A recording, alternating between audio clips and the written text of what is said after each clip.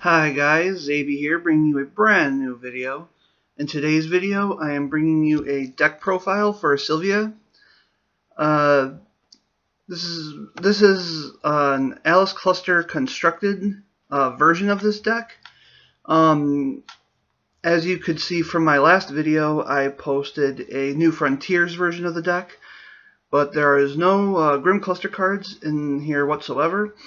I wanted to try and come up with a build for this deck using only the Alice Cluster cards because there's a little bit more of a challenge, and it doesn't feel so cheap. It feels really fun to play, and yeah, we'll get right to it.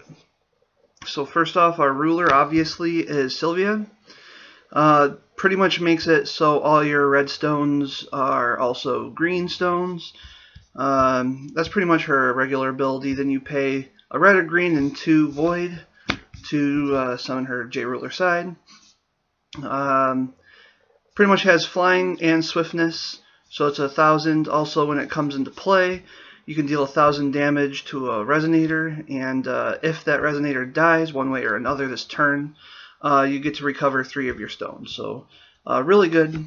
Really love this card. Our Magic Stone deck is literally just 10 Fire Magic Stones, nothing else. There's no real point in playing anything else, at least in my version, in my opinion. Our first we have, I should say one cost is a 4 Ruck Egg. This is pretty much the searcher of the deck. If it dies, you get to search for a Fire Resonator and put it to your hand. Next up, we have 4 copies of Guinevere, the Jealous Queen. Her main thing is you rest her, pop one of your own cards, and draw 2 cards and discard 1. Combos really well with Ruck Egg, so that's there. Then we run 3 copies of Flame Sprite, and pretty much it's just flying and swiftness, and also rest her, you can deal 100 damage to a resonator for each fairy you control. Normally it's just her, so I normally don't use that effect unless I'm comboing it with another card, which we'll get to eventually. Our 2 cost cards is 4 copies of Lancelot, the Knight of Mad Demon. Very good card. You pretty much want to use it. It's only 2 cost, 600, 600, and it's got swiftness. But if it has over 1,000 attack, you can when it does attack, it inflicts 700 damage to another resonator, which is really good. And you can boost his attack up 100 for each Fire Magic Stone you control as well. But normally, you're never going to use that part of the effect. And another one of the drawbacks, which is not too much of a drawback, is if you attack, this card's got to attack first before the other cards that you have in the field. Now we're going to go right into our 3 costs. We have 4 copies of Persia, Pursuant of Exploding Flame. This is probably one of my favorite cards of this deck. It's got 700, 400. It's got swiftness, target attack, and first strike. And for an extra green, you can give it flying. So it's an extremely, extremely good card. And it's one of my favorites of the deck. Next up, this is one of the new cards I've added to replace Cthulhu in the deck, which is Andrambari, the Unfathomable. Okay, I have a hard time saying his name sometimes because it's just a really great big mouthful. This card has Incarnation.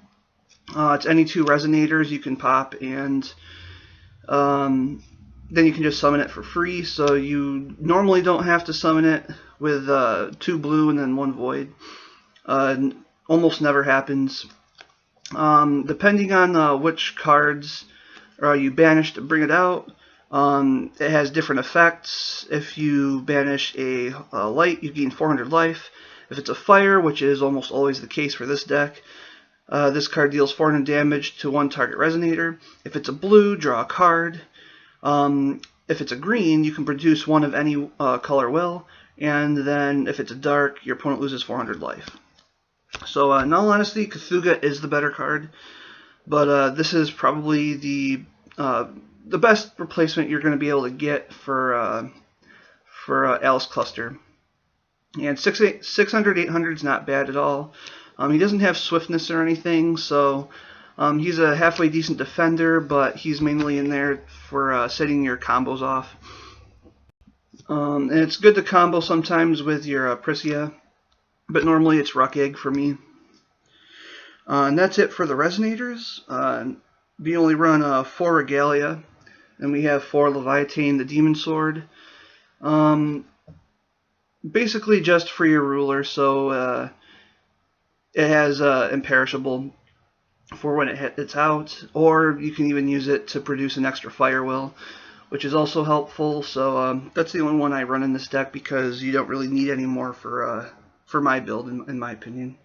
Then we have our 1 costs. We have 3 Demon Flame. This is the card I mentioned earlier that you want to combo with Flame Sprite.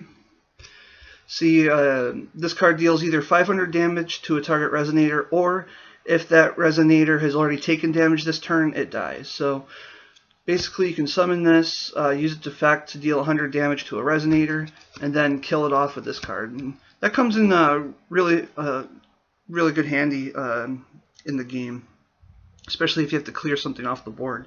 So definitely one of the best ways to get over some certain things. Next up, we have 3 copies of Rapid Growth. Basically boosts one of your resonators by 400, and you can also use it from the graveyard once. And then if it was used in the graveyard, you remove it from play. And it's just a really good card. It's there for Lancelot mostly, but has other uses as well because 400 is not bad. And it's an instant, so it can get you out of certain things as well.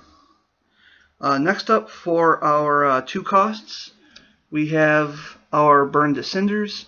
This basically makes it so your opponent's resonator or ruler loses 700, takes 700 damage, and if it was a ruler, it loses imperishable. And that's very, very good. I really like using that card. It comes in handy again. Then we'll have 3 Rewriting Laws. This card pretty much is just literally just a free draw. You don't have to do anything. You just have to pay a green and a void, and all your stones can produce any color for the rest of the turn. Then you recover 2 stones, so you just recover the 2 that you used to activate it, and then you draw a card. So that's good, and I originally added it in here for the Unfathomable here, or Cthulhu, just in case I just wanted to summon it normally, but I've never actually had to use that ever. So it's there for the draw power, and it's quite helpful too. And the last card of the deck is one of my favorites, which is Rhythm of Life. This is probably my favorite card to use in this deck. I've considered strongly running 3, but I don't know what else I'd take out. But 2 is perfectly fine as well. Basically, it gives one of your resonators for 2 green and 1 void a 800 boost, which is huge. Because imagine having a Lancelot with I believe it was 14, and it's very dangerous combo. It's not a fun thing for your opponent to try to get around. And what's more is, if this would go to the graveyard for any reason from the field, it goes right back to your hand. So you can just re-equip it to something else for 3. And I figured this was kind of the replacement for Ameno Hibari, if I'm remembering that name correctly. That one gave it 400 boost, and then also did a piercing or something similar along the lines of that to the card, which was also a really good combo with Lancelot. But this also goes really well with Priscia, and it just makes it so your cards are really tough to get over. And I think it's a really underrated card, and it's really hard to actually get rid of this once you have it in play. So that's why I run it. It's probably my favorite chance card in the deck. So that is my deck. I hope this helps you. I know there's a lot of people trying to come up with builds for their decks for the Alice Cluster constructed format that we're currently in until the fall. And if you're looking to build a Sylvia deck or a red-green deck of some sort, I hope this gave you some ideas. And I'm always open for suggestions too. But this is, for me, it's been working really, really well, doing very well. And it's really fun to play. And I really enjoy playing this deck quite a bit. And I hope you do too. So again, guys, thanks for watching, and you all have an awesome day.